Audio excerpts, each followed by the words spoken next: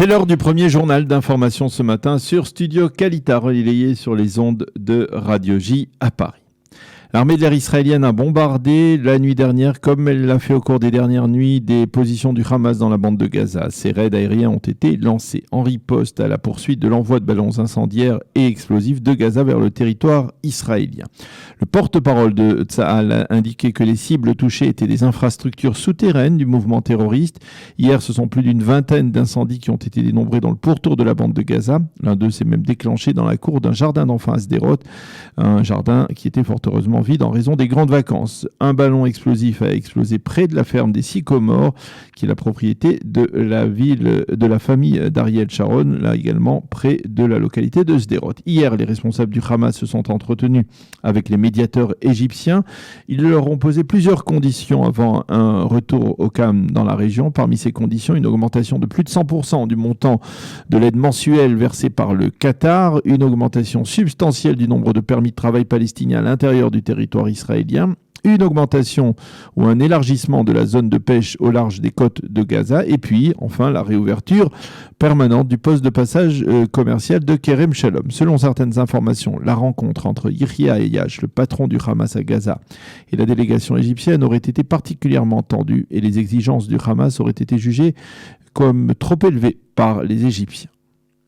Attentat terroriste hier soir près du mont du Temple et de la porte des Lions à Jérusalem. Un terroriste a brandi un couteau et s'est jeté sur un garde-frontière israélien qui patrouillait dans la région. Il lui a asséné plusieurs coups de couteau. Le soldat a été sérieusement blessé, mais contrairement à ce que l'on pensait hier soir, ce ne sont pas ses camarades de patrouille qui ont neutralisé le terroriste, mais bien lui-même. Une vidéo confirme cette version des faits. Le garde-frontière a lui-même été hospitalisé à l'hôpital Hadassah dans un état sérieux. Quant au terroriste, il a succombé à ses blessures peu après.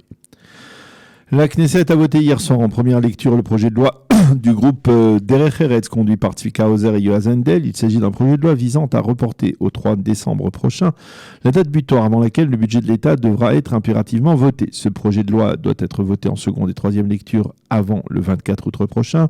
Sinon, la Knesset sera dissoute. Parallèlement, les pourparlers entre le Likoud et Bleu-Blanc se sont poursuivis afin de trouver une issue à la crise politique actuelle.